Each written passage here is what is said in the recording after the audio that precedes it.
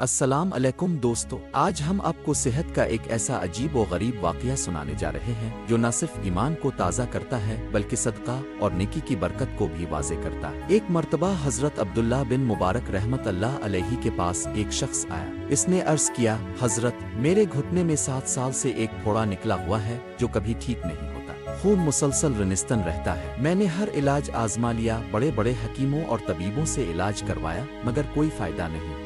حضرت عبداللہ بن مبارک رحمت اللہ علیہ نے فرمایا، بیٹا، جاؤ کوئی ایسی جگہ تلاش کرو جہاں پانی کی کمی ہو، لوگ پیاسے ہوں، اور وہاں جا کر ایک کنواں کھدوا دو۔ مجھے امید ہے کہ جب وہاں پانی بہنے لگے گا تو تمہارا خون رک جائے گا۔ وہ شخص فوراً چلا گیا اور حضرت کے مشورے پر عمل کیا۔ اس نے واقعی ایک پیاسی بستی میں کنواں کھدوایا، اور سبحان اللہ، جب کنویں سے پانی نکلنا شروع ہوا تو اس کے گھٹنے سے خون بہنا بند ہو گیا، وہ مکمل طور پر تندرست ہو گیا۔ یہ واقعہ علامہ منظری رحمت اللہ علیہ نے امام بیاقی رحمت اللہ علیہ کے حوالے سے نقل کیا۔ پھر علامہ منظری رحمت اللہ علیہ خود ایک اور واقعہ بیان کرتے ہیں۔ وہ فرماتے ہیں کہ ہمارے شیخ ابو عبداللہ الحاکم رحمت اللہ علیہ کے چہرے پر پھنسیاں نکل آئی تھی۔ کئی علاج کیے گئے مگر کوئی شفا نہ ہوئی۔ تقریباً 1 سال تک وہ تکلیف میں مبتلا رہے۔ ایک دن وہ جمعہ کے موقع پر امام ابو عثمان صابونی رحمت اللہ علیہ کی مجلس میں گئے اور ان سے دعا کی درخواست کی۔ امام صاحب نے دعا فرمائی، سب نے آمین کہی۔ اگلے جمعہ ایک عورت نے امام صابونی رحمت اللہ علیہ کو ایک پرچہ دیا۔ اس پر لکھا تھا، پچھلے جمعہ جب میں مجلس سے گھر لوٹی تو میں نے بھی ابو عبداللہ کے لیے دعا کی۔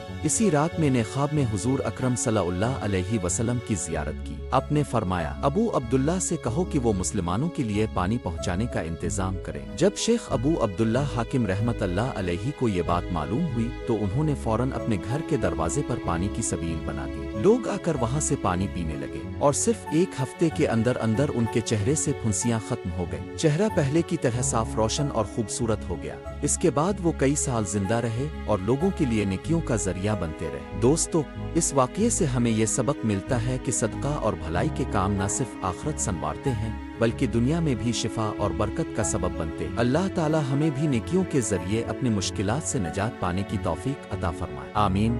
جزاک اللہ خیر۔ اگر آپ کو یہ واقعہ اچھا لگا ہو تو ویڈیو کو لائک کریں، چینل کو سبسکرائب کریں اور دوسروں کے ساتھ ضرور شیئر کریں۔